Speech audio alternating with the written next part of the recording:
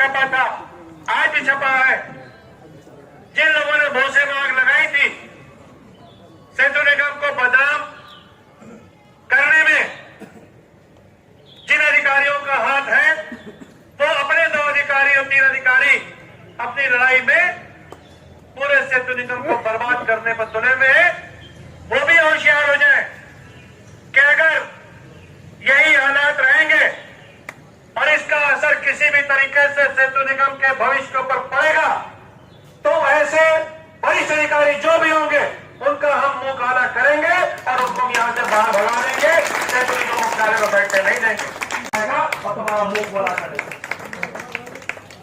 बिल्कुल मुंह काला करेगा, क्योंकि तुम सेतु निगम जैसी प्रतिष्ठित संस्था को नुकसान पहुंचा रहे हो, उसकी ख्याति को नुकसान पहुंचा रहे हो, सेतु निगम को बदनाम करने की कोशिश कर रहे हो, सेतु निगम को बर्बाद करने की कोशिश कर रहे हो, सिर्फ अपने फायदे के लिए। मेरे पास तो जानकारी ये भी है कि जैसे 700 मीटर के आंदोलन में डबल मैंने एक फौज खड़ी की थी हम लोग खिलाफ, जिसके प्रदर्शन कराए गए, रोज व्हाट्सएप पैसे चलाए गए, 200-300 चिट्ठियां हमारे खिलाफ लिखी गई। वो जब उनको मुंह की खाने को मिल गई तो वो किनारे बैठ गए। जो लोग ये कार्यक्रम चलवा रहे हैं, जो वरिष्ठ अधिकारी आकर वो टेंडर बेच रहे हैं और लोगों को लगा करके अपना सीधा सीधा फायदा कर रहे हैं। और छोटी बात है तो कहावत कही जाती है, उंगली पकड़ के पहुंचा पकड़ा जाता। अगर आपने ढील जरा सी दी तो आप समझ लीजिए उस दिन से अपना आपने उल्टा काउंटडाउन शुरू कर दिया। हर जोर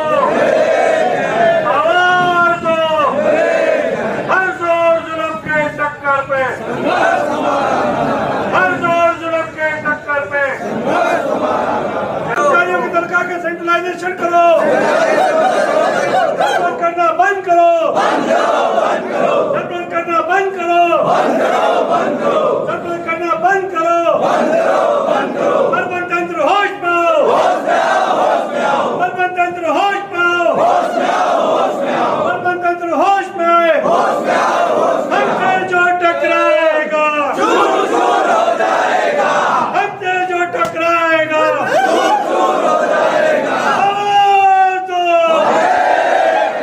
मंगलवार को आपके सेतु निगम मुख्यालय पे सांकेतिक जो है एक प्रदर्शन आप लोग कर रहे हैं, उसी कड़ी में सर आज भी आपके काफ़ी साथी जमा हुए, तो सर कुछ बताएं क्या चर्चा रही सर आज? ये जो हमारी प्रत्येक मंगलवार को मुख्यालय पर भोजनावकाश में आम सभा चल रही है, उसका उद्देश्य जो ईपीसी पद्धति है जो कि सेतु निगम पर जबरदस्ती लागू यहीं के अधिकारियों द्वारा की जा रही है, उसके विषय में हमारे कर्मचारियों का जन जागरण किया जाना, उसके प्रभावों का सेतु निगम एवं उनके ऊपर, हमारे कर्मचारियों के ऊपर क्या विपरीत प्रभाव पड़ना है, उसके संबंध में सबको जानकारी पहुंचाना, ये इस आम सभा का उद्देश्य है। और इसके साथ ही इस आम सभा के माध्यम से प्रबंधन को भी हम ये संदेश देना चाहते हैं कि जिस पद्धति को लागू करने से सेतु निगम की 50 साल पुरानी परंपरा कहीं न कहीं दूषित हो रही है, सेतु निगम के छवि के साथ साथ उसके अस्तित्व पे भी एक प्रश्नवाचक चिन्ह लग रहा है। ऐसी किसी पद्धति को लागू किए जाने से पहले समुचित विचार किया जाना आवश्यक है, और यदि यह आवश्यक है तो भी पहले हमारे जितने भी कार्यरत दक्ष कर्मचारी हैं, जो सेतु के कार्यों में सालों साल का जिन्हें अनुभव है, उन कर्मचारियों के माध्यम से पहले हम जितना मैक्सिमम काम कर सकते हैं डीसीयू पैटर्न पे, हम उतना काम पहले कर लें। उसके बाद भी यदि अतिरिक्त कार्य का दबाव रहता है, कार्य और मिलते हैं हमको, तो उन कार्यों को हम ईपीसी मोड पे यदि दे भी देते हैं तो उसमें हमें कोई आपत्ति नहीं है। सरकार की नीतियां जो हैं वो हैं, सरकार की नीतियों की आड़ में यहाँ के लोग जो लोग हैं, सरकार के तरफ से या पीडब्ल्यूडी तरफ से प्रस्ताव आया था 50 करोड़ से ऊपर के काम ईपीसी के टेंडर के माध्यम से कराए जाएंगे, मगर सेतु निगम के अभियंता जो है, जिनका हम बार बार ये बात कर रहे हैं कि जिनका रिटायरमेंट बहुत करीब है, वो वन टाइम सेटलमेंट की योजना के तहत ये सारे कामों को, जो 20 करोड़ 25 करोड़ 30 करोड़ के जितने काम हैं, उन सभी को शासन का भय दिखा करके, शासन का डर दिखा करके ये टेंडर दे रहे हैं। और बल्कि यहाँ तक क्या हो रहा है कि जो अभियंता विभागीय पद्धति से काम करना चाह रहे हैं तो उनको वरिष्ठ अधिकारियों द्वारा धमकाया जा रहा है कि अगर आपने विभागीय पद्धति से काम किया तो हम आपकी खाल खींच लेंगे, हम आपके खिलाफ कार्रवाई करेंगे, हम आपको सस्पेंड कर देंगे।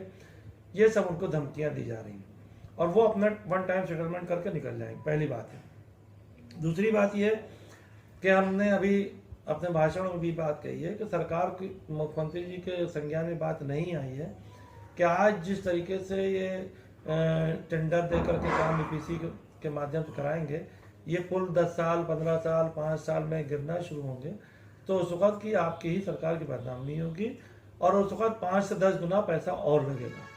इससे मतलब जनहानि भी होगी, सरकार के राजस्व की भी हानि होगी और माननीय मुख्यमंत्री जी की भी बदनामियां उस वक्त होंगी। आज 10 साल बाद सरकार ही नहीं की होगी, मगर उस वक्त कहा जाएगा साहब ये योगी आदित्यनाथ जी की सरकार में ये काम हुआ था। और उस पर मीडिया, आजकल तो मीडिया इतना, आज से 10 साल बाद 5 साल बाद मीडिया कहाँ पहुंचेगा। इसको हम माननीय मुख्यमंत्री जी के संज्ञान में चाहते हैं कि ये सड़क डिपार्टमेंट नहीं है कि सड़क रात में बनी, सुबह उधड़ गई और दूसरे दिन में फिर भी रिपेयर हो गई। ये पुल का काम है और इसमें सालों लगते हैं पुल बनने में। इससे अगर आदमी गिरेंगे तो जनहानि भी होगी और बहुत नुकसान होगा, बदनामी होगी। इससे की प्रतिष्ठा, जो प्रसिद्धि है, उस पर ये प्रश्न चिन्ह लगेगा। दूसरे, हम किसी भी सरकारी नीति का विरोध नहीं कर रहे हैं, सरकार की जो पॉलिसी है उसका सहयोग कर रहे हैं। उसमें जो खामियां आ रही हैं या जो उसका लोग नाजायज फायदा उठा रहे हैं, उसके बारे में हम ये जन जागरण कर रहे हैं।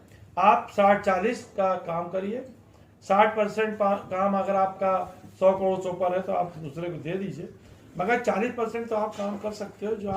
जो दक्ष लोग हैं, जो लोग आपके पास स्टाफ है, उसको क्यों खाली बिठा के तनख्वाह देना चाहते हो? खाली तनख्वाह कौन देगा? कोई भी अधिकारी ऐसा नहीं है कि जो तनख्वाह एक दिन की भी किसी कर्मचारी को दे पाए।